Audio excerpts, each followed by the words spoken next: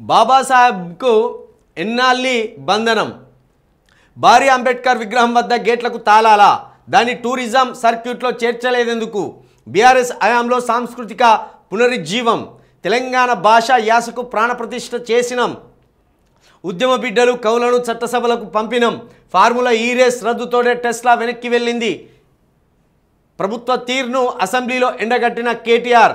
తెలంగాణ రాకముందు సాంస్కృతిక పునరుజ్జీవం కోసం కొట్లాడిన కేసీఆర్ వచ్చిన తర్వాత మన యాస భాష సంస్కృతి ప్రాధాన్యం దక్కేందుకు ప్రయత్నించిండు. 550 మంది కళాకారులతో సాంస్కృతిక సారథిని తెచ్చిండ్రు. వారిని ప్రభుత్వ ఉద్యోగులుగా గుర్తించి వేతనాలు ఇచ్చిండ్రు.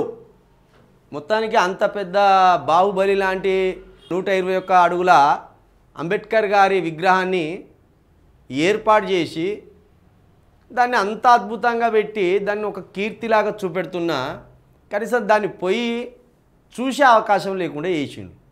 ఆ లోపలికి పోయి కనీసం ఆ విగ్రహం దగ్గరికి పోయి దాన్ని తిలకించి ఓ ఆనందం పొందే అవకాశం కూడా లేకుండా ఈ రేవంత్ రెడ్డి గారి ప్రభుత్వం చేసి దాని చుట్టూ గేట్లు పెట్టి తాళాలు వేసి అక్కడ సెక్యూరిటీ పెట్టింది.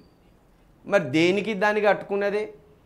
అంబేద్కర్ గారి స్ఫూర్తిని చైతన్యాన్ని అక్కడికి పోయి చూసిన వాళ్ళకు కలగాలనే ఉద్దేశంతో కదా దాన్ని పెట్టింది. అదొకటి. మొత్తం దాన్ని అట టూరిజం సర్క్యూట్లో ఎందుకు చేర్చలేదు అంటే సందర్శించడానికి దానికి కొన్ని వేళలు ఉంటాయి. పొద్దున, మధ్యాహ్నం, సాయంత్రం కొన్ని సమయాల్లో సందర్శించుకోవచ్చు. మరి దాని టూరిజం సర్క్యూట్లో ఎందుకు చేర్చలేదు అనేది ఒకటి. ఇంకోటి, బీఆర్ఎస్ వచ్చినాక సాంస్కృతిక పునరుజ్జీవం సాగింది. నిజానికి మన మన మన యాసలో పాటలు వస్తున్నాయి, మన యాసలో సినిమాలు వస్తున్నాయి. మన యాస మొత్తం తెలంగాణ చుట్టుముట్టుతో పాటు ఆంధ్రప్రదేశ్లో కూడా ఇప్పుడు మన యాస అంటే పడిచచ్చేదాకా వచ్చింది. కాబట్టి ఖచ్చితంగా బీఆర్ఎస్ హయాంలో ఆ సాంస్కృతిక పునరుజ్జీవం సాగింది. తెలంగాణ యాసకు, తెలంగాణ భాష యాస కట్టు, ఆ కట్టుకు మంచి ఆదరణ వచ్చింది. ఇక ఉద్యమ బిడ్డలు కవులను చట్టసభ పంపినట్టు గోరెడ్డి వెంకన్న పంపిళ్ళు, రసమై బాలకృష్ణ పంపిళ్ళు. అదేవిధంగా ఆయన ఇంకో పెద్ద ఆయన ఉండే కదా, ఆయన ఉద్యమంలో ఎప్పటికీ స్పీచ్లు ఇస్తే తిరిగేది. ఆయనను కూడా చాలామంది కవులను కళాకారులను చట్టసభలకు పంపిళ్ళు. ఫార్ములా ఈ రేస్ రద్దు కావడం వల్లనే టెస్లా కంపెనీ వెనక్కి వెళ్ళిందనేది కూడా ఇక్కడ కేటీఆర్ మరొక మాటను కూడా వాడడం జరిగింది. మరి నిజమే ఈ అంబేద్కర్ గారి విగ్రహం చుట్టూ ఆ కంచెలు ఎప్పుడు తీసేస్తారు?